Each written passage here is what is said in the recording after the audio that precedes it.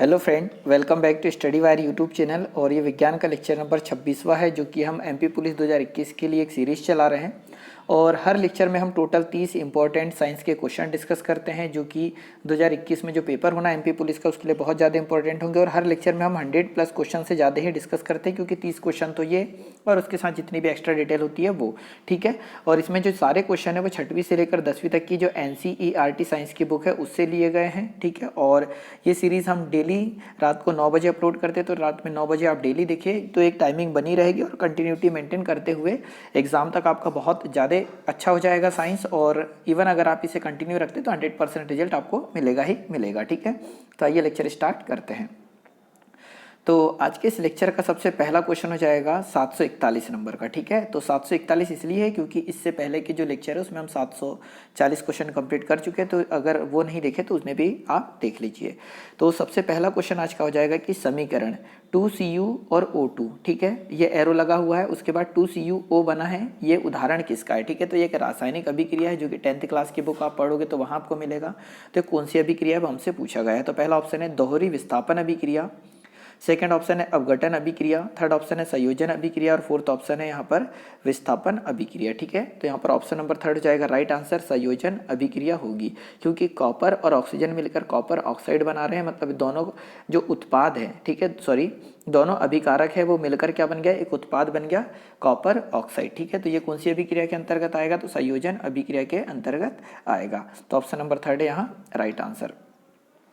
अगला क्वेश्चन हो जाएगा 742 नंबर का कि उस यौगिक का नाम बताइए जिसे सूत्र Al2SO4 होल थ्राइस द्वारा व्यक्त किया जाता है, ठीक है। मतलब देखो उस यौगिक का नाम बताना जिसका सूत्र हमें दिया हुआ है Al2SO4 होल थ्राइस द्वारा व्यक्त किया जाता है। तो पहला ऑप्शन है एल्यूमिनियम सल्फेट, सेकंड ऑप्शन है एल्यूमिनियम सल्फाइड, थर्ड ऑप्शन है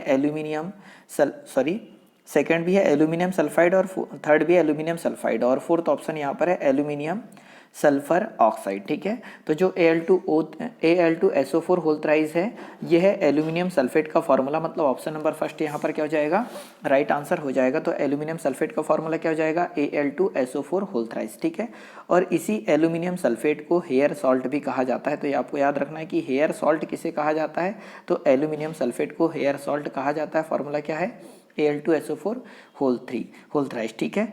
आप एक चीज़ और याद रखिएगा कि अगर आपसे पूछ ले कि एल्यूमिनियम हाइड्रोक्साइड का फॉर्मूला क्या है, ठीक है, तो जो AlOH होल थ्राइस ये जो फॉर्मूला है वो एल्यूमिनियम हाइड्रोक्साइड का है, ठीक है। Aluminium hydroxide AlOH whole thrice.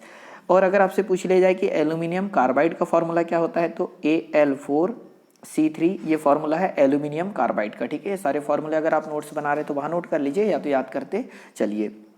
सबसे ज़्यादा एक एल्यूमिनियम से क्वेश्चन पूछा जाता है पोटास एलम का फॉर्मूला, ठीक है। तो पोटास या एलम का फॉर्मूला क्या होता है, तो K2SO4 Al2SO4 whole thrice into 24H2O, ठीक है। तो ये फॉर्मूला है ये हो जाएगा पोटास एलम या फिटकरी का फॉर्मूला इसे कहते हैं। फॉर्मूला याद रखिए K2SO4 Al2SO4 whole thrice into 24H2O, ठीक है। तो फाइनली हमारे इस क्वेश्चन का आंसर नंबर फर्स्ट था right answer, option number first. अगला क्वेश्चन एक छोटा सा कि 12 ओम के एक प्रतिरोध में 10 एम्पियर की विद्युत धारा प्रवाहित की जाती है, ठीक है। तो हमें देखो आर का मान दिया है, ठीक है, मतलब 12 ओम के एक प्रतिरोध में 10 एम्पियर की विद्युत धारा प्रवाहित की जाती है।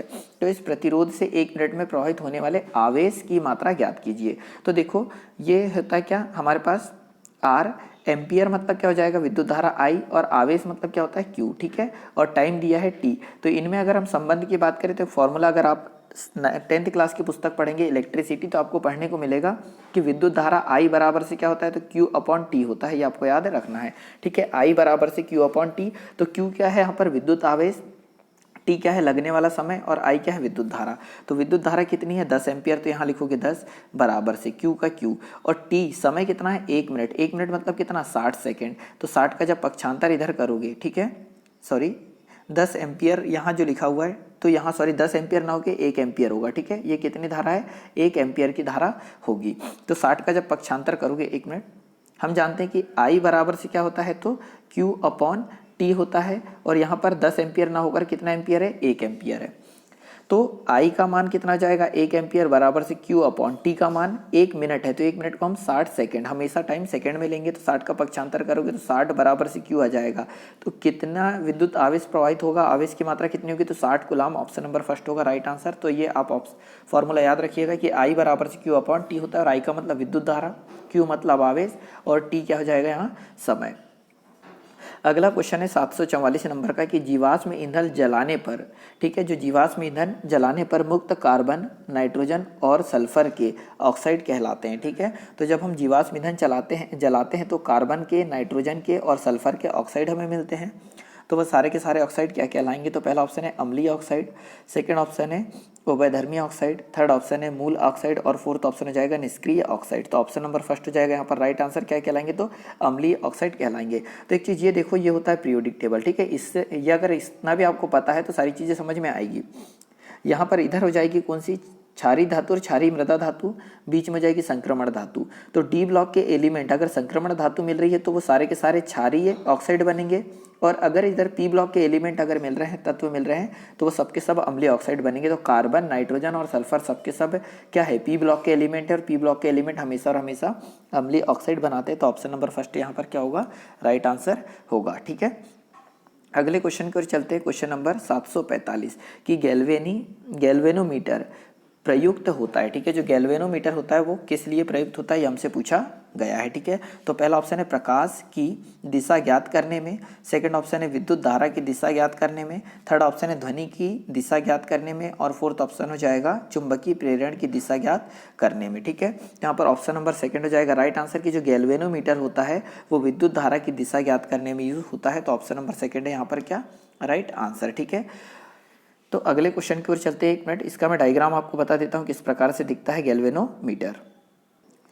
यहाँ अगर ये डायग्राम आप देखोगे तो ये गैल्वेनोमीटर का डायग्राम है। ठीक है, एन और एस यहाँ पर क्या है, ये चुंबक है और ये पॉइंटर होता है। ठीक है, ये इस प्रकार से इधर मूव करते रहता है और यहाँ पर ये कुंडली लगी हुई है, और एन और एस ये क्या हो जाएगा, चुंबक। ठीक है, और ये कुंडली होती है, मतलब हम ये बोल सकते हैं कि तार इसके ऊपर लगे होते हैं। तो इस प्रकार से होता है गैल्वेनोमीटर, जो 10वीं क्लास की पुस्तक में आपको पढ़ने को मिलता है। अगला क्वेश्चन ये हो जाएगा कि एक ट्रक, ठीक है, एक ट्रक किनारे से फिसलकर 0.8 सेकेंड में जमीन पर गिर जाता है। किनारा जमीन से कितना ऊंचा है, तो जी का मान इतना दिया हुआ है। ठीक है, तो देखो ये गति के अगर आपने पहला, दूसरा और तीसरा तीनों नियम अगर पढ़े तो ही आप कर पाएंगे, अदरवाइज इसे सॉल्व नहीं कर पाएंगे। तो गति का प्रथम नियम क्या होता है, तो v बराबर से u प्लस at होता है। सेकेंड क्या होता है, तो s बराबर से ut प्लस 1/2 AT स्क्वायर होता है।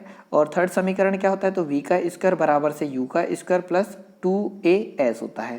तो ये होता है गति का प्रथम समीकरण, v बराबर से u प्लस AT। ये होता है गति का द्वितीय समीकरण, s बराबर से ut प्लस 1/2 AT स्क्वायर, और ये होता है v का स्क्वायर बराबर से u का स्क्वायर प्लस 2as। ठीक है, तो ये तीनों समीकरण याद रखना। तो यहाँ पर गति का सेकेंड समीकरण काम करेगा। तो हम इतना जानते हैं कि s बराबर से ut प्लस 1/2 AT स्क्वायर होता है। तो देखो जब भी हमें यहाँ एक ट्रक फिसल रहा है तो s होता है विस्थापन, तो उसकी जगह हम h यूज़ करेंगे क्योंकि ऊंचाई के लिए प्रारंभिक वेग अगर 0 है तो हम ये बोल सकते हैं कि ये मान कुछ रहेगा ही नहीं हमारे पास। और 1/2 a की a है त्वरण, तो गुरुत्वीय त्वरण क्या होता है g, और यहाँ पर क्या हो जाएगा t का वर्ग। अगर आप फिजिक्स की कुछ परसेंट भी अगर समझ जानते हैं तो ये सारी चीज़ें आप समझेंगे। तो h बराबर से 1/2, g का मान हमारे पास कितना दे रखा है 10, और t का मान कितना है 0.8 सेकेंड। तो यहाँ 0.8 का क्या आ जाएगा, वर्ग। और फाइनली जब इसे आप सॉल्व करोगे तो आ जाएगा 3.2 मीटर। मतलब जो जमीन पर गिरेगा ट्रक तो वो कितनी ऊंचाई से गिरेगा, तो 3.2 मीटर से गिरेगा। ठीक है, तो ये फॉर्मूला अगर आप याद रखते हैं तो ज़्यादा बेटर होगा, अदरवाइज कोई बात नहीं है ना। और ये सबके सब 10वीं क्लास के क्वेश्चन के हैं, 10वीं क्लास के बुक के क्वेश्चन है, ज़्यादा कोई बड़े क्वेश्चन नहीं है। अगला क्वेश्चन है कि दो अस्थियां एक दूसरे से किसी अन्य संयोजी ऊतक द्वारा जुड़ी होती है, उसे खलिस्तान कहा जाता है। कहने का मतलब कि जब दो हड्डियों का जो जोड़ होता है उसे क्या कहा जाता है, या दो हड्डियां किसके द्वारा एक दूसरे से जुड़ी होती है, ये हमसे पूछा गया है। तो पहला ऑप्शन है स्नायु, सेकंड ऑप्शन है उपास्थि, थर्ड ऑप्शन है आधात्री और फोर्थ ऑप्शन है पेशी। ठीक है, तो यहाँ पर ऑप्शन नंबर फर्स्ट है राइट आंसर। जो हड्डी से हड्डी जुड़ता है उसे हम किसके द्वारा जुड़ता है, तो स्नायु के द्वारा जुड़ता है। ठीक है, और हम स्नायु को क्या कहते हैं, लिगामेंट भी कहते हैं। क्या कहते हैं, लिगामेंट भी बोलते हैं। तो हम ये बोल सकते हैं कि अस्थि से अस्थि जब जुड़ेगी, मतलब हड्डी से हड्डी जुड़ेगी तो स्नायु द्वारा जुड़ती है, या उसी को ही बोलते हैं लिगामेंट। और अगर अस्थि से, ठीक है, मतलब हड्डी से मांसपेशी अगर जुड़ेगी तो हम उसे क्या बोलते हैं, तो जब अस्थि से मांसपेशी अगर जब जुड़े तो उसे टेंडन के द्वारा जुड़ती है। किसके द्वारा? टेंडन के द्वारा। टेंडन हम ये बोल सकते हैं कि अस्थि और मांसपेशियों के जोड़ को कहा जाता है। ये सारी चीजें आपको याद रखनी है। फाइनली इस क्वेश्चन का ऑप्शन नंबर फर्स्ट है राइट आंसर। अगला क्वेश्चन है 748 नंबर का कि 10 ओम के प्रतिरोध में 0.5 एम्पियर की धारा प्रवाहित हो रही है, ठीक है, मतलब 10 ओम के प्रतिरोध से 0.5 एम्पियर की धारा प्रवाहित हो रही है। इस प्रतिरोध में से 1 मिनट में प्रवाहित होने वाले विद्युत आवेश की मात्रा कितनी है? अभी हमने थोड़ी देर पहले पढ़ा था, ठीक है, तो हम जानते हैं कि I बराबर से क्या होता है, तो Q/T होता है। I का मान हमारे पास 0.5 एम्पियर है, Q का मान आवेश पूछा है, और T का मान कितना? 1 मिनट, मतलब 1 मिनट मीन्स कितना सेकंड हो जाएगा? 60। जब इसका इधर पक्षांतर करोगे तो कितना जाएगा? 30 कूलम बराबर से Q का मान आ जाएगा। तो ऑप्शन नंबर फर्स्ट है यहाँ पर राइट आंसर कि कितना विद्युत आवेश प्रवाहित होगा, तो 30 कूलम प्रवाहित होगा। फाइनली ये फॉर्मूला आपको याद होना चाहिए, सबसे बेसिक क्वेश्चनों में से एक है, ठीक है। अगला क्वेश्चन है 749 नंबर का कि परमाणु संख्या 57 वाला तत्व संबंधित है, मतलब जिसका परमाणु क्रमांक 57 है वह तत्व संबंधित होगा किससे? तो पहला ऑप्शन है डी ब्लॉक से, सेकंड ऑप्शन है एफ ब्लॉक से, थर्ड ऑप्शन है पी ब्लॉक से, और फोर्थ ऑप्शन है एस ब्लॉक से, ठीक है। यहाँ पर ऑप्शन नंबर फर्स्ट हो जाएगा राइट आंसर, किससे संबंधित होगा? डी ब्लॉक से, ठीक है। तो मैं आपको पीरियोडिक टेबल बता देता हूँ, उसमें और आसानी से आप समझ जाओगे, ठीक है। ये हो जाएगा आपके सामने पीरियोडिक टेबल दिया हुआ है। अगर यहाँ बात करें तो ये है 57 परमाणु क्रमांक, और यहाँ पर है La लैंथेनम, जो कि हमने इधर अलग से लिख दिया पर कोई बात नहीं, ये 57 है। और यहाँ से लेकर यहाँ तक के जो तत्व होते हैं वो डी ब्लॉक के तत्व कहलाते हैं, ठीक है। मतलब ये जो पीले वाले दिख रहे हैं ना, ये सारे के सारे क्या होंगे? तो डी ब्लॉक के तत्व कहलाएंगे। तो अगर आपको याद नहीं है तो इन्हें याद इस प्रकार से करना है, पीले वाले सारे के सारे तत्व क्या होंगे? डी ब्लॉक के एलिमेंट। और ये यहाँ पे La आएगा लैंथेनम, और यहाँ पर Ac आएगा एक्टेनाइट, ठीक है। तो ये 57 और ये 89, ये दोनों तत्व किसके कहलाएंगे? तो डी ब्लॉक के तत्व कहलाएंगे। तो इन्हें याद इस प्रकार से करना है, इधर से ऐसा, ठीक है। जैसे scandium, titanium, vanadium, chromium, manganese, iron, cobalt, nickel, copper, zinc, ठीक है। ये हो जाएगा yttrium, zirconium, niobium, molybdenum, technetium, ruthenium, rhodium, palladium, silver और कैडमियम आ जाएगा। यहाँ पर आता है लेंथेनम, ठीक है। लेंथेनम के बाद आ जाता है हाफनियम, ठीक है। HF हाफनियम है, ये Ta tantalum, W tungsten, Re rhenium, OS osmium, IR iridium, PT platinum, Au gold हो जाएगा, और Hg मरकरी होता है। उसी प्रकार अगर आप यहाँ देखोगे, ठीक है, तो ये एक्टेनाइट सेलेडी के तत्व हो जाएंगे। तो आप इसे बार बार पढ़ते रहिए, सारी चीज़ें आपको याद होने लगेगी। फाइनली यहाँ से आप डी ब्लॉक के एलिमेंट किसे बोलते हैं वो तो पता चल ही गया होगा, ठीक है। अगले क्वेश्चन की ओर चलते हैं। फाइनली 749 क्वेश्चन का ऑप्शन नंबर क्या हो जाएगा? ऑप्शन नंबर फर्स्ट है राइट आंसर, डी ब्लॉक का एलिमेंट होगा 57वें नंबर का। अगला क्वेश्चन है एथेनॉल को इथेन में परिवर्तित करने के लिए डिहाइड्रेटिंग एजेंट के रूप में खालिस्तान का उपयोग किया जाता है, ठीक है। मतलब जो एथेनॉल हमारे पास दे रखा है, तो एथेनॉल का फॉर्मूला क्या होता है? C2H5OH, ठीक है। ये किसका फॉर्मूला है? एथेनॉल का। तो एथेनॉल को इथेन में परिवर्तित करने के लिए डिहाइड्रेशन एजेंट के रूप में किसका प्रयोग होता है, हमसे पूछा गया है। तो पहला ऑप्शन है निकिल, सेकंड ऑप्शन है सूर्य का प्रकाश, थर्ड ऑप्शन यहाँ पर सांद्र सल्फ्यूरिक अम्ल, और फोर्थ ऑप्शन हो जाएगा ताप, ठीक है। तो एथेनॉल को इथेन में परिवर्तित करने के लिए डिहाइड्रेशन एजेंट के रूप में सांद्र सल्फ्यूरिक अम्ल का प्रयोग किया जाता है। तो ऑप्शन नंबर थर्ड है राइट आंसर। और सांद्र सल्फ्यूरिक अम्ल का फॉर्मूला क्या हो जाएगा? तो H2SO4, ठीक है, जिसको अम्लों का राजा भी कहा जाता है, ठीक है। तो ऑप्शन नंबर यहाँ थर्ड क्या होगा? Right answer. अगला क्वेश्चन है 751 नंबर का कि ओडोमीटर का प्रयोग खालिस्तान मापने के लिए किया जाता है। तो आपने बाइक चलाते होंगे और बाइक में जो मीटर लगा होता है ऐसा गोल सा, ठीक है, वो क्या होता है? ओडोमीटर ही होता है। तो ओडोमीटर का प्रयोग खालिस्तान मापने के लिए किया जाता है। तो पहला ऑप्शन है दूरी, सेकंड ऑप्शन है दिशा, थर्ड ऑप्शन है गति, और फोर्थ ऑप्शन है गंध, ठीक है। तो ऑप्शन नंबर फर्स्ट हो जाएगा यहाँ पर राइट आंसर की जो ओडोमीटर होता है इसका यूज़ किसके लिए किया जाता है? तो दूरी मापने के लिए किया जाता है, ये आपको याद रखना है, ठीक है।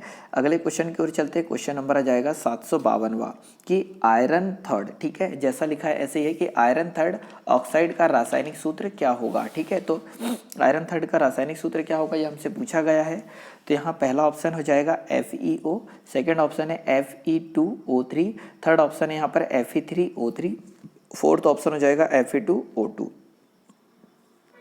तो यहाँ पर ऑप्शन नंबर सेकंड हो जाएगा राइट आंसर। Fe2O3 क्या हो जाएगा? आयरन थर्ड ऑक्साइड का सूत्र हो जाएगा। आयरन थर्ड मतलब आयरन के ऊपर जो Fe है, ठीक है, इस पर +3 चार्ज पहले से है, ठीक है, ये हमसे बोला था। आयरन 3 का मतलब होता है आयरन पर थर्ड चार्ज है, तो आयरन पर थर्ड चार्ज है, ऑक्सीजन पर कितने चार्ज होते हैं, तो 2 माइनस होते हैं। जब इसे सॉल्व करोगे तो ये बनता क्या है Fe2 और Fe2 और क्या बन जाएगा O3, मतलब इसकी संयोजकता इधर लगती है और इसकी संयोजकता यहाँ लगती है, तो आयरन थर्ड का फॉर्मूला क्या हो जाएगा Fe2O3 होगा। ये आपको याद रखना, ऑप्शन नंबर सेकंड है राइट आंसर। आयरन की बात आई है तो 2-3 चीज़ें और याद रख लो। जो आयरन, ठीक है, मतलब ये Fe2O3 है, इसको एक और नाम से जाना जाता है जिसे बोलते हैं हेमेटाइट, ठीक है। तो आपने ये पढ़ा होगा कि हेमेटाइट जो अयस्क होता है किसका, आयरन का, तो उसका फॉर्मूला क्या होता है Fe2O3 होता है। और एक होता है मैग्नेटाइट अयस्क होता है किसका, आयरन का, मैग्नेटाइट अयस्क होता है, उसका फॉर्मूला क्या होता है, तो Fe3O4 होता है मैग्नेटाइट अयस्क का फॉर्मूला। एक आपने पढ़ा होगा लिमोनाइट, ठीक है, लिमोनाइट नाम सुन लीजिए, लिमोनाइट। और लिमोनाइट का फॉर्मूला अगर आपसे पूछ लिया जाए तो Fe2O3 × 3H2O, ठीक है। तो ये किसका फार्मूला है, लिमोनाइट का, Fe2O3 × 3H2O। फिर एक होता है सीडेराइट, ठीक है, जिसमें सबका सब आयरन आ रहा है, सारे के सारे मैं बता दे रहा हूँ आपको। तो एक होता है सीडेराइट और इसके फॉर्मूले की बात करें तो FeCO3 को बोलते हैं क्या, सीडेराइट कहा जाता है, आयरन कार्बोनेट को कहा जाता है सीडेराइट, ठीक है। और एक होता है आयरन पायराइट, ठीक है। तो आयरन पायराइट का फॉर्मूला क्या होता है FeS2 होता है आयरन पायराइट का फॉर्मूला, ठीक है। तो ये काय का फॉर्मूला है, आयरन पायराइट का। फिर होता है कैल्कोपायराइट, ठीक है, कैल्कोपायराइट। और कैल्कोपायराइट के फॉर्मूले की बात करें तो CuFeS2 होता है कैल्कोपायराइट का फॉर्मूला, ठीक है। तो ये सारी चीज़ें आप याद रखोगे। तो हमने यहाँ पर क्या क्या देखा है, तो हेमेटाइट अयस्क Fe2O3, मैग्नेटाइट अयस्क होता है Fe3O4, लिमोनाइट अयस्क होता है Fe2O3 × 3H2O, एक होता है सीडेराइट अयस्क जिसको बोलते हैं FeCO3, आयरन पायराइट क्या देखा हमने FeS2, और कैल्कोपायराइट क्या था CuFeS2, ठीक है। तो ये सारी चीज़ें आपको याद रखना है। बाकी आयरन थर्ड ऑक्साइड का रासायनिक सूत्र क्या था, ऑप्शन नंबर सेकंड है राइट आंसर।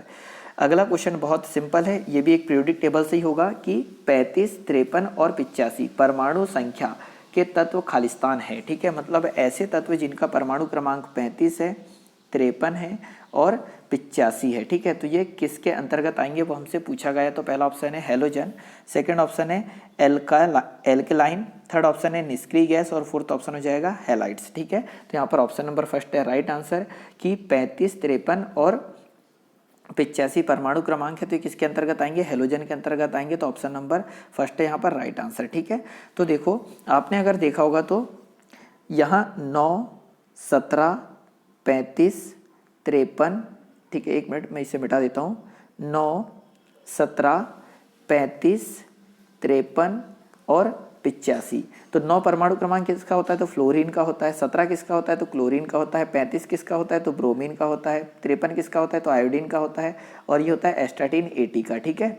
तो देखो परमाणु क्रमांक 9 आ रहा है फ्लोरीन का, ये क्लोरीन का, ब्रोमीन का, आयोडीन का और एस्टाटीन का। तो जब तक आपको परमाणु क्रमांक सारे याद नहीं होंगे तब तक आप बता नहीं सकते जो सबके सब क्या हेलोजन था। तो ऑप्शन नंबर फर्स्ट है राइट आंसर। चाहो तो इसे पीरियोडिक टेबल में भी देख सकते हैं। तो ये पीरियोडिक टेबल है हमारे पास, यहाँ देखोगे तो उसने बोला था 35, तो ये ब्रोमीन आ गया, 53 बोला तो आयोडीन आ गया, 85 बोला तो क्या आ गया, एस्टाटीन आ गया। तो ये आपको याद करना है, बार बार मैं बोल रहा हूँ, और आप इसे पढ़िए क्योंकि इससे क्वेश्चन आपके पेपर में बनने ही बनने हैं।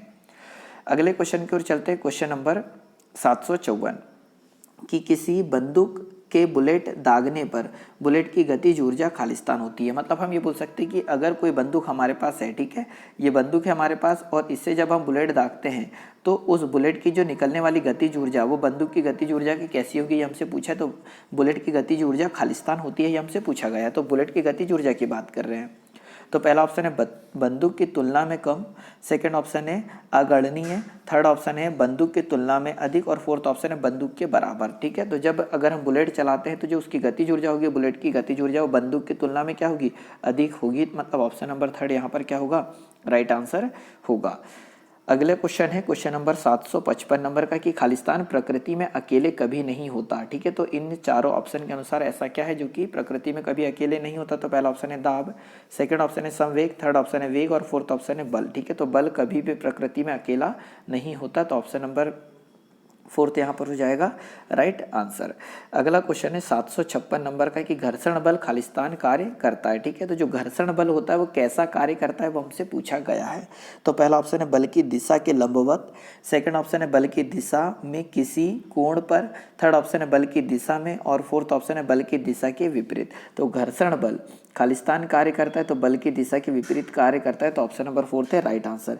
कहने का मतलब कि अगर कोई वस्तु को आप इधर घिसोगे, ठीक है, मतलब ये कोई बॉक्स रखा है और इसे आप आगे की ओर धक्का रहे हैं तो घर्षण बल पीछे की ओर लगेगा, विपरीत दिशा में लगता है क्या, घर्षण बल, तो ऑप्शन नंबर 4 है यहाँ पर राइट आंसर। अगला क्वेश्चन है 757 नंबर का कि किस वस्तु को मुख्य फोकस, किसी होगा वैसे, है ना, किसी वस्तु को मुख्य फोकस पर रखने पर अभिसारी दर्पण, अभिसारी दर्पण का मतलब होता है अवतल दर्पण, ठीक है, अभिसारी दर्पण का मतलब होता है अवतल दर्पण। तो किसी वस्तु को मुख्य फोकस पर रखने पर अभिसारी दर्पण द्वारा निर्मित प्रतिबिंब का आकार कैसा होगा, ये हमसे पूछा गया है। तो ये होता है इस प्रकार से अवतल दर्पण, और ये हो जाएगा मुख्य फोकस, यहाँ पर हो जाएगा F, ठीक है, जिसे फोकस बोलते हैं। तो उसने बोला कि जब फोकस पर वस्तु रखेंगे तो इसका आकार कैसा होगा, तो जब भी फोकस पर वस्तु रखते हैं तो इसका जो प्रतिबिंब बनता है वो अनंत पर बनता है, ठीक है, और बड़े आकार का बनता है, ये आपको याद रखना है, और वस्तु से बड़ा बनेगा, अनंत पर बनेगा, और कैसा बनेगा, तो सीधा ये बनेगा उल्टा, ठीक है, कैसा बनेगा, उल्टा और वास्तविक बनेगा। ये आपको याद रखना है कि फोकस पर अगर कोई वस्तु रखे तो अनंत पर बनता है प्रतिबिंब, बड़ा बनता है, आवर्धित जिसको बोलते हैं, उल्टा बनता है और वास्तविक होता है, ठीक है। तो यहाँ पर क्या बोला है, तो अधिक आवर्धित बनेगा, मतलब ऑप्शन नंबर फर्स्ट हो जाएगा राइट आंसर कि मुख्य फोकस पर अगर वस्तु रखी हुई है तो उसका प्रतिबिंब अधिक आवर्धित मतलब बहुत बड़ा बनेगा, और कहाँ पर बनेगा, तो अनंत में बनेगा, वास्तविक बनेगा और उल्टा बनेगा, है ना। अगला क्वेश्चन है 758 नंबर का कि गर्भाशय में भ्रूण को पोषण प्रदान करने वाला ऊतक है। जो गर्भाशय में भ्रूण होता है उसको पोषण कौन प्रदान करता है, उस ऊतक का नाम हमसे पूछा है। तो पहला ऑप्शन है वीली, सेकंड ऑप्शन हो जाएगा ओविडक्ट, थर्ड ऑप्शन है फेलोपियन ट्यूब, और फोर्थ ऑप्शन है प्लेसेंटा, ठीक है। तो यहाँ पर ऑप्शन नंबर 4 हो जाएगा राइट आंसर कि माता के गर्भाशय में जो भ्रूण होता है उसे कौन पोषण प्रदान करता है, तो प्लेसेंटा प्रदान करता है। तो ऑप्शन नंबर यहाँ पर क्या है, 4 है राइट आंसर, ठीक है। ये आपको याद रखना है, 1 मिनट में आपको बता देता हूँ, ठीक है। ये दिख रहा है आपको डायग्राम। अब यहाँ पर अगर आप देखोगे तो ये हो जाएगा क्या, भ्रूण हो जाएगा, मतलब जो बच्चा बड़ा हो रहा है वो, और हम अगर देखें तो ये हो जाता है प्लेसेंटा, ठीक है। प्लेसेंटा मतलब यहाँ पर ये दिख रहा है आपको, तो ये क्या होता है कि ये रक्त की कोशिकाओं से जुड़ा होता है, और यहाँ से डायरेक्टली जो पोषण होता है इसके माध्यम से कहाँ चले जाता है, बच्चे के पेट में चले जाता है, ठीक है। ये आपको याद रखना है। तो प्लेसेंटा के माध्यम से इस प्रकार का ये डायग्राम आपको होगा, और 2-3 बार आप इसे देखोगे तो ये सारी चीज़ें समझ में आ जाएगी, ठीक है। तो प्लेसेंटा के माध्यम से क्या होता है, तो बच्चे को पोषण प्राप्त होता है। अगले क्वेश्चन की ओर चल लेते हैं, क्वेश्चन नंबर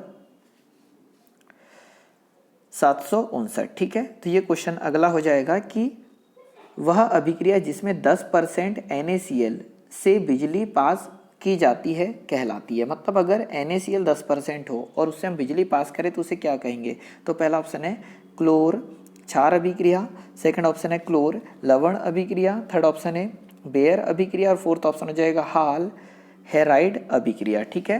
तो ऑप्शन नंबर फर्स्ट हो जाएगा राइट आंसर कि 10% NaCl मतलब नमक अगर मिला दिया जाए और उसमें विद्युत धारा प्रवाहित की जाए तो उस अभिक्रिया को क्या बोल देंगे, तो क्लोर क्षार अभिक्रिया कहेंगे। तो ऑप्शन नंबर फर्स्ट यहाँ पर क्या हो जाएगा राइट आंसर। जो NaCl है वो नमक का फॉर्मूला है, ठीक है।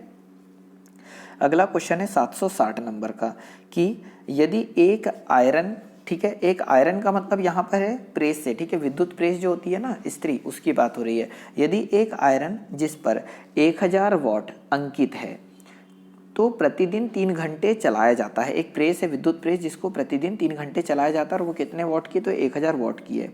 उसके द्वारा 30 दिनों में प्रयुक्त कुल ऊर्जा किलोवाट आवर में कितनी होगी, ये हमसे पूछा गया है, ठीक है। तो फॉर्मूला क्या होता है, तो देखो वॉट बराबर से हमने ये पढ़ा है कि शक्ति पूछी है, उसके द्वारा कुल ऊर्जा, तो ऊर्जा बराबर से क्या होता है, कुल ऊर्जा पूछिए तो ऊर्जा बराबर से आपने पढ़ा होगा P इंटू टी, ठीक है, P इंटू टी, और अपॉन में कितना रहेगा, जब किलोवाट आवर में पूछे तो 1000, ठीक है, और यहाँ दिन दिया है तो यहाँ dB लिख लो।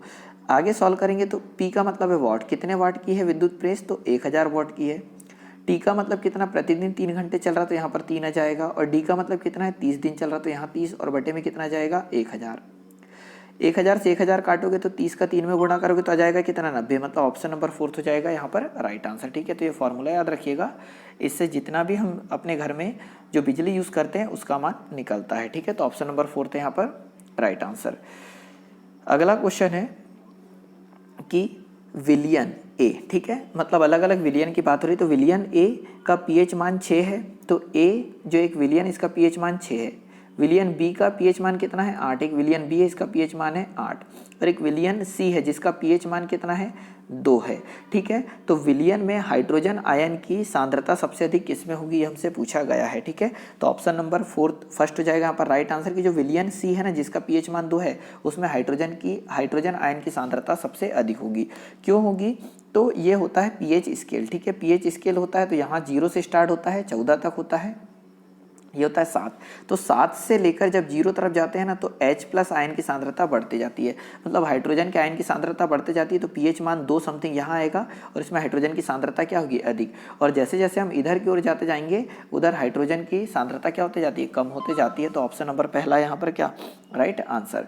अगला क्वेश्चन है 762 नंबर का कि खालिस्तान में मुकुलन द्वारा प्रजनन हो सकता है। ठीक है, तो खालिस्तान में मुकुलन द्वारा प्रजनन हो सकता है ये हमसे पूछा गया है। तो पहला ऑप्शन हो जाएगा लाब्लास्ट, सेकंड ऑप्शन हो जाएगा स्टारफिश, थर्ड ऑप्शन यहाँ पर हो जाएगा हाइड्रा और फोर्थ ऑप्शन है केचुआ। ठीक है, तो मुकुलन द्वारा प्रजनन हो सकता है तो यहाँ पर ऑप्शन नंबर थर्ड है राइट आंसर, किसमें हाइड्रा में। ठीक है, तो एक मिनट में हाइड्रा का डायग्राम आपको बता देता हूँ। ये आप जो डायग्राम देख रहे हैं ये हाइड्रा का डायग्राम है। तो सबसे पहले देखेंगे तो देखिए यहाँ पर एक अलग से मुकुलन की क्रिया हो रही है, फिर ऐसा बढ़ता है और फिर यहाँ अगर आप देखोगे तो ये एक अलग हो जाता है टूट के। ठीक है, यहाँ पर क्या हो जाता है, ये टूट के अलग हो जाता है, तो हम ये बोल सकते हैं कि हाइड्रा में मुकुलन होता है। ठीक है, ये इस प्रकार से अलग हो जाएगा, चौथा डायग्राम होगा। ठीक है, तो आई होप आप कुछ परसेंट यहाँ से चीज़ें समझ पा रहे होंगे। अगले क्वेश्चन की ओर चलते हैं। क्वेश्चन नंबर हो जाएगा 763 की विट्टेकर के वर्गीकरण के अनुसार खालिस्तान समूह में शामिल जीवों के पूर्णतः विकसित नाभिक नहीं पाया जाता। ठीक है, तो विट्टेकर ने क्या करा था कि वर्गीकरण में टोटल 5 जगत में बांट दिया था। ठीक है, जीवों को, और उसके अनुसार शामिल जीवों में पूर्णतः विकसित नाभिक नहीं पाया जाता। वो हमसे पूछा गया तो कवक, सेकंड ऑप्शन है प्रोटेस्टा, थर्ड ऑप्शन है प्लांटी और फोर्थ ऑप्शन है मोनेरा। ठीक है, तो जो मोनेरा जगत के प्लांट होते हैं उनमें पूर्ण विकसित नाभिक नहीं पाया जाता, तो ऑप्शन नंबर फोर्थ है यहाँ पर क्या राइट आंसर। अगला क्वेश्चन है 764 नंबर का कि उन 3 तत्वों को नामित करें जिनके सबसे बाहरी सेल में केवल 1 इलेक्ट्रॉन होते हैं। ठीक है, तो ऐसे कौन से 3 तत्व हैं जिनमें सबसे बाहरी सेल में 1 इलेक्ट्रॉन होता है। तो पहला ऑप्शन है magnesium, calcium, barium, second option है lithium, sodium, potassium, third option है लिथियम, नियॉन और कार्बन, और फोर्थ ऑप्शन है मैग्नीशियम, हीलियम और नियॉन। ठीक है, तो यहाँ पर ऑप्शन नंबर सेकंड हो जाएगा राइट आंसर की जो लिथियम, सोडियम और पोटेशियम इनके सब में बाहरी कोश में कितने इलेक्ट्रॉन होगा, 1 इलेक्ट्रॉन होगा, तो ऑप्शन नंबर सेकंड है यहाँ पर राइट आंसर। ठीक है, कैसे याद करोगे मैं एक चीज़ बता दे रहा हूँ आपको। यहाँ ये आपके सामने है पीरियोडिक टेबल। तो देखो ये जो प्रथम समूह होता है इसमें बाहरी कोश में होते हैं 1 इलेक्ट्रॉन। ठीक है, जैसे hydrogen, lithium, sodium, potassium, rubidium, caesium और फ्रांसियम, इनमें बाहरी कोश में 1 इलेक्ट्रॉन होता है। वहीं पर अगर हम इस दूसरे समूह की बात करें जिसमें क्या क्या है, barium, magnesium, calcium, strontium, barium और रेडियम, इनके बाहरी कोश में 2 इलेक्ट्रॉन होते हैं। वहीं पर ये देखोगे ये वाले, ठीक है, जैसे boron, aluminium, gallium, indium, thallium, इनमें बाहरी कोश में 3 इलेक्ट्रॉन होते हैं। वहीं पर हम अगले की बात करें तो carbon, silicon, germanium, tin, lead, ठीक है, इनमें 4 इलेक्ट्रॉन होंगे बाहरी कोश में। वहीं पर oxygen, sulphur, selenium, tellurium, polonium, इनमें बाहरी कोश में 5 इलेक्ट्रॉन होंगे। वहीं fluorine, chlorine, bromine, iodine, astatine, और इनमें बाहरी कोश में कितने हो जाएंगे, 7 इलेक्ट्रॉन होंगे। ठीक है, ये आपको याद रखना है। 1 मिनट, यहाँ पर कितने हो जाएंगे, 6 इलेक्ट्रॉन होंगे और यहाँ पर कितने होंगे, 5। मतलब ये नाइट्रोजन वाला जो है, 1 मिनट, बोरान वाला जो ये पूरा का पूरा समूह है इसमें बाहर में 3 इलेक्ट्रॉन होंगे, कार्बन वाले समूह में 4 इलेक्ट्रॉन होंगे, नाइट्रोजन वाले समूह में 5 और ऑक्सीजन वाले में 6 और फ्लोरीन वाले में 7 इलेक्ट्रॉन होते हैं बाहरी कोश में। ठीक है, तो आप इस प्रकार से याद कर सकते हैं, पर आपको पीरियोडिक टेबल फिर भी याद करना पड़ेगा। तो इसी आधार पर देखो, हम पीरियोडिक टेबल याद होता तो लिथियम, सोडियम और पोटेशियम ये एक ही समूह के प्रथम समूह के इस प्रकार में है ना। तो प्रथम समूह में मतलब सब में बाहरी कोश में कितने इलेक्ट्रॉन होंगे, 1 इलेक्ट्रॉन होंगे। अगला क्वेश्चन है 765 नंबर का कि जठर ग्रंथि द्वारा स्त्रावित हाइड्रोक्लोरिक अम्ल एंजाइम की क्रिया को आसान कर देता है। ठीक है, मतलब जो जठर ग्रंथि होती है इसके द्वारा स्त्रावित जो हाइड्रोक्लोरिक अम्ल निकलता है वो एंजाइम की क्रिया को आसान कर देता है। कौन से एंजाइम की, ये हमसे पूछा है। तो पहला ऑप्शन है पेप्सिन, सेकंड ऑप्शन है एमाइलेज, थर्ड ऑप्शन है लाइपेज और फोर्थ ऑप्शन यहाँ पर हो जाएगा ट्रिप्सिन। ठीक है, तो 65वें का ऑप्शन नंबर पहला हो जाएगा राइट आंसर, जो ट्रिप्सिन एंजाइम है। ठीक है, जो ट्रिप्सिन एंजाइम है इसकी क्रिया को आसान कर देता है कौन, हाइड्रोक्लोरिक अम्ल। तो ऑप्शन नंबर पहला है यहाँ पर राइट आंसर। अगला क्वेश्चन देखते हैं, क्वेश्चन नंबर 766 हो जाएगा कि एक तत्व के संभारिक के द्रव्यमान संख्या कितनी है। तो देखो एक कोई तत्व है, उसकी द्रव्यमान संख्या दी है 298, यदि उसके नाभिक में 189 न्यूट्रॉन हो तो परमाणु क्रमांक कितना है। तो आपको ये पता होना कि द्रव्यमान संख्या बराबर से होता है प्रोटॉनों की संख्या प्लस न्यूट्रॉनों की संख्या, ठीक है। तो द्रव्यमान संख्या बराबर से प्रोटॉनों की संख्या बराबर प्लस न्यूट्रॉनों की संख्या। तो द्रव्यमान संख्या दी है 298 दी है, ठीक है। और यहाँ पर न्यूट्रॉनों की संख्या कितनी है हमारे पास, तो प्रोटॉन की संख्या पूछा, न्यूट्रॉनों की संख्या हमारे पास है 189। ये प्लस की वैल्यू इधर काय में जाएगी, माइनस में जाएगी। तो 298 में से घटेगा कितना, 189। जब माइनस होगा तो प्रोटॉनों की संख्या आ जाएगी, जो फाइनली आ कितनी जाएगी, तो आ जाएगी 298। तो ऑप्शन नंबर सेकंड यहाँ पर होगा राइट आंसर। एक छोटा सा फॉर्मूला यूज करोगे तो यहाँ पर राइट आंसर आपका, सॉरी कितना है, एक मिनट, कितना माइनस करना है हमें, 298 में से 189 अगर माइनस करोगे तो 18 में से 9 जाएगा 9, 8 में से 8 जाएगा 0, सॉरी 109 आएगा। मतलब ऑप्शन नंबर फर्स्ट होगा यहाँ पर क्या, राइट आंसर है ना। थोड़ा माइनस कर लेना, परमाणु द्रव्यमान में से न्यूट्रॉनों की संख्या माइनस करी तो प्रोटॉनों की संख्या आ जाएगा। अगला क्वेश्चन है कि लिटमस विलियन से खालिस्तान निष्कासित किया जाता है, ठीक है। जो लिटमस विलियन खालिस्तान से निष्कासित किया जाता है, तो लिटमस विलियन किससे निकालते हैं, ये हमसे पूछा गया है। तो पहला ऑप्शन है हाइड्रेजिया, सेकंड ऑप्शन है जेरेनिया, थर्ड ऑप्शन है पेटूनिया और फोर्थ ऑप्शन है लाइकेन, ठीक है। तो जो लिटमस पत्र है वो किससे निकाले जाते हैं, तो लाइकेन से निकाले जाते हैं। तो ऑप्शन नंबर फोर्थ यहाँ पर होगा क्या, राइट आंसर। ये आपको याद रखना है। और जो अम्ल होते हैं, ठीक है, अम्ल होते हैं वो लिटमस को कैसा कर देते हैं, तो लाल कर देते हैं नीले से। और जो क्षार होते हैं वो लाल लिटमस को कैसा कर देते, तो नीला कर देते हैं, आपको याद रखना है, ठीक है। और लाइकेन का एक और नाम होता है थियोफ्रेस्टस द्वारा दिया गया, मतलब जो लाइकेन नाम है वो किसके द्वारा दिया गया है, ये अगर आपसे पूछ ले तो ये दिया गया है थियोफ्रेस्टस के द्वारा लाइकेन नाम दिया गया है, ये आपको याद रखना है। और प्रयोगशाला में जो लिटमस यूज होता है वो प्राप्त करते हैं रोसेला नामक लाइकेन से, ठीक है। रोसेला नामक लाइकेन से जो प्रयोगशाला में लिटमस प्राप्त करते हैं वो निकाला जाता है। अगला क्वेश्चन है 768 के अधिकांशतः सरीसृप में एक खालिस्तान होता है। तो जितने भी सरीसृप होते हैं उसमें क्या होता है वो हमसे पूछा गया है। तो पहला ऑप्शन है 4 कक्षीय हृदय, सेकंड ऑप्शन है अपूर्ण 3 कक्षीय हृदय, थर्ड ऑप्शन है 3 कक्षीय हृदय और फोर्थ ऑप्शन हो जाएगा द्विकक्षीय हृदय। तो जो सरीसृप समूह होता है, ठीक है, मतलब जो जल में और बाहर दोनों जगह रह सकते हैं, उनमें त्रिकक्षीय हृदय होता है। तो ऑप्शन नंबर थर्ड है यहाँ पर राइट आंसर। पर जो मगर होता है, ठीक है, मगर और घड़ियाल होते हैं, ये भी एक सरीसृप है, परंतु इनमें 4 कक्षीय हृदय पाए जाते हैं। तो अधिकांश सरीसृपों में कितने कक्षीय हृदय पाए जाते हैं, तो 3 कक्षीय, ये आपको याद रखना है। परंतु मगरमच्छ और घड़ियाल इसके अपवाद है जिसमें 4 कक्षीय हृदय पाए जाते हैं, ठीक है। और वहीं पर अगर हम बात करें तो जो कशेरुकी होते हैं उनमें 4 कक्षीय हृदय और जो पक्षी होते हैं उसमें भी 4 कक्षीय हृदय पाए जाते हैं। और द्विकक्षीय हृदय किसमें पाए जाते हैं, तो जलचर होते हैं, जो मछलियां होती है उसमें द्विकक्षीय हृदय पाया जाता है। अगला क्वेश्चन है 769, ठीक है, मतलब 769 मेंडलीव की आवर्त सारणी में ऊर्ध्वाधर कालम को खालिस्तान कहा जाता है, ठीक है। तो जो मेंडलीव की आवर्त सारणी में उसमें ऊर्ध्वाधर कालम जो है इस प्रकार के, उन्हें क्या कहा जाता है, ये हमसे पूछा गया है। तो पहला ऑप्शन है वर्ग, सेकंड ऑप्शन है समूह, थर्ड ऑप्शन है इकाई और फोर्थ ऑप्शन है आवर्त। तो ऑप्शन नंबर सेकंड हो जाएगा राइट आंसर की मेंडलीव की आवर्त सारणी में जो ऊर्ध्वाधर कालम है उसे क्या कहा जाता है, तो उसे कहा जाता है समूह, ठीक है, ये आपको याद रखना है। और मेंडलीव की जो आवर्त सारणी इसमें टोटल कितने समूह थे, ठीक है, तो इसमें 9 समूह थे और 7 आवर्त थे। मेंडलीव की आवर्त सारणी में 9 समूह और 7 आवर्त थे, ठीक है, और टोटल 63 तत्व ज्ञात थे तब तक। अगला क्वेश्चन है 770 नंबर का कि खालिस्तान धातु पृथ्वी पर सबसे प्रचुर मात्रा में पाई जाती है। तो देखो स्पेशली धातु की बात कर रहे हैं, तो कौन सी धातु ऐसी है जो पृथ्वी पर प्रचुर मात्रा में सबसे अधिक मात्रा में पाई जाती है। तो पहला ऑप्शन है तांबा, सेकंड ऑप्शन है जस्ता, थर्ड ऑप्शन है लेड और फोर्थ ऑप्शन है एल्यूमिनियम। तो ऑप्शन नंबर फोर्थ हो जाएगा राइट आंसर। जो एल्यूमिनियम है सबसे अधिक मात्रा में पाया जाने वाला धातु है, ठीक है, पृथ्वी में। परंतु अगर हम तत्व की बात करें तो पृथ्वी में सबसे ज़्यादा पाया जाता है ऑक्सीजन, ठीक है, और ऑक्सीजन कितने % पाया जाता है, तो 46.80% पाया जाता है क्या ऑक्सीजन पृथ्वी में। वहीं पर अगर हम दूसरे स्थान पर बात करें तो सिलिकॉन आता है, ठीक है, तो सिलिकॉन पाया जाता है 27.72% पाया जाता है। थर्ड नंबर पर यहाँ पर आ जाता है एल्यूमिनियम, और एल्यूमिनियम देखो ऑक्सीजन आधातु है, सिलिकॉन आधातु है, परंतु धातु क्या आ रहा है एल्यूमिनियम, और एल्यूमिनियम पाया जाता है 8.13% किसमें, भूपर्पटी में, या फिर हम ये बोल सकते हैं पृथ्वी में।